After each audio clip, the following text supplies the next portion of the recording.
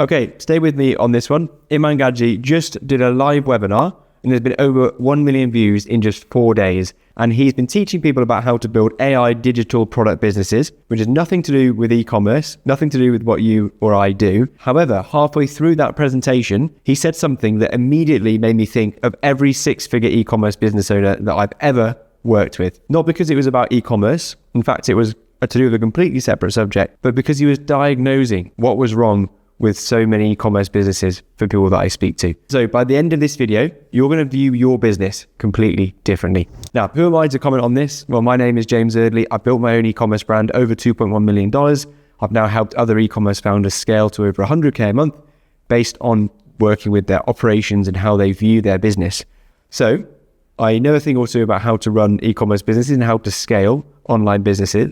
And so I was able to pick out the things that are most relevant for my audience of e-commerce brand owners. So let's go through the pattern that he mentioned that I see far too often. So what did he actually say? His core idea for his whole webinar is about how digital products allow you to just do the work once and get paid for that ongoing. Here's what he said. No physical shipping, no inventory, just information delivered through your computer. A PDF that was created once can be sold an infinite number of times. So the way he's selling that business model is very simple. You create something once that has value and that will sell daily for you without needing for you to do anything related to it. You do it once, it's built, and then you can ongoing sell that at a profit consistently. So his analogy was like digital real estate. So it's like creating an asset that gives you a portfolio of valuable assets that you can then sell ongoing. So this is his analogy that he said. I like to think of it as digital real estate, okay? I'm sure we can all relate to this here. This is like self-help entrepreneur starter pack, okay? We've all read Rich Dad Poor Dad, okay? And we all understand that the only way to escape the rat race is by stopping trading your time for money, okay? Instead, you should collect assets that pay you money regardless of whether you're there or not. And I like to think of digital products as the ultimate asset that you can create. It's like having your own real estate portfolio. Each new digital product you add is a new rental property to your portfolio. The difference is that it's digital real estate, okay? So it doesn't cost you anything to build a new property. And you can build as many properties as you want for free. Think about it. So it's a clever analogy because if you think about how property investment works, you buy a rental property. So you've had to buy it once, or perhaps you built it, but the ongoing work initially is to buy it.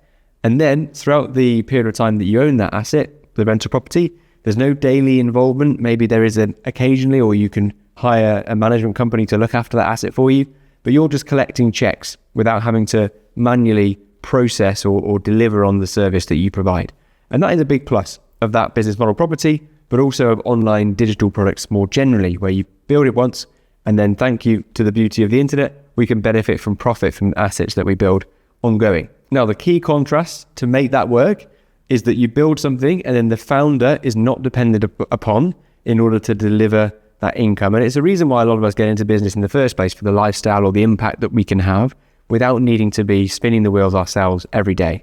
Now, hold that idea that I put into your mind there, hold that thought, because it's now going to get uncomfortable when I address the way that people go into business and then they evolve once they're up and running, especially with an e-commerce business.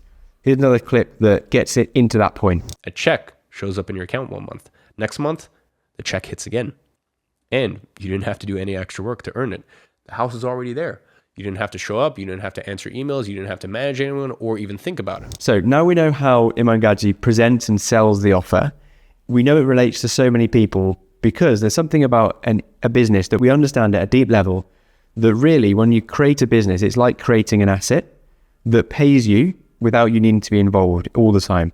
If you wanted to be involved all the time in something, that's called getting a job. Or you want to be able to have the choice with a business if you want to do the job yourself, or if you want to outsource it so that you can spend your time how you choose, or on the parts of the business that you enjoy the most, or however you like to do that. Now, the contrast here is what I see e-commerce founders, instead of thinking about the model and the way that he presents a business model of doing work once and then being paid for it, with e-commerce and with the founders that I speak to, we get into a trap of doing work every single day in order to be involved in the business. So an average Tuesday for an e-commerce brand owner, this probably relate to you as well. is that you will wake up and the first thing you do is reactive mode, looking at the orders you've made overnight from Shopify, and then looking at your emails to see if you've got things any emails from suppliers or customers or things to make sure that the business is running day to day. Maybe you're looking at returns, making sure they've been handled okay. Maybe you've got questions from your team. Maybe they're waiting on you for certain approvals. Maybe you've got an ad agency that's chasing you for more creative to put into the ads. And the emphasis I want to put on this is that every day it's reacting to tasks. Now, this is happening because you have got your business up to a level where you can clearly make some sales, but you forgot what got you into that position in the first place. The reason you were able to generate sales and tie down a profitable acquisition channel is because at some point in the business's history previously, you were able to focus consistently on what matters most, on how to generate sales for the business. But somewhere along the line, you forgot to take a step back and you just got involved in the day-to-day running of the business. And because you've never been at this stage before, you don't know what it looks like at each level of different revenue. So you've never been able to step back and think, should I now be operating in the same way that I always have done? Because what you'll find is if you always operate in the way you have done, eventually you'll reach the ceiling of how far you can go with that way of working. And you need to see a different way of working to reach the next level. So like they always say, if you don't do anything different, you're not going to get any different results. You have to change the way you work in order to reach the next level with your e-commerce business. And if your business still runs with you day to day being completely dependent on, then you haven't built a business for yourself. You've just built a job for yourself to manage, and you will reach a ceiling. And ultimately, you are the business. You wouldn't be able to sell it because it's up to you because you know how everything runs day to day. That's so common. It's so easy to get into that trap. So if this is resonating with you and you feel that that is the way that you're showing up to your business, then subscribe, first of all, because I release videos about this all the time, breaking down what high-level business owners do and how they operate their e-commerce businesses to get to six-figure months and beyond. Now, what is the core problem of running a business in this way where it's dependent on you all the time? Well, it's actually the way that you do one thing is the way that you do everything. So what I mean by that is if you're the type of person that's always getting involved in your business, then you won't just apply that to one area of your business, you'll apply it to everything. So first of all, for example, customer support. If you know that you've always done it best and you know how we operate as a business, you'll find yourself getting pulled back into customer support and you'll find yourself wanting to check how things are done and make sure that it's done in a certain way, and you'll micromanage a team, or you'll never let it go in the first place because you want to do it the way that you do it.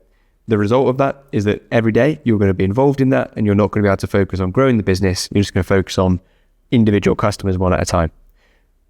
If you do it in one way, you'll do it in another way. And the second way that I want to talk about is actually just in operations in general and the decisions you make about how your business runs day to day. For example, who contacts suppliers, who maintains a relationship with suppliers, who is the one that's in charge of negotiating margins. If you're never able to step back and realize that you don't need to be involved in everything, it will always be you that does that work. If you never stop to pause and think, should I do this before just steaming in and doing that part of the work, then you'll never be able to take a step back and do something differently. Now, that's the way it shows up in customer service and in day-to-day operations.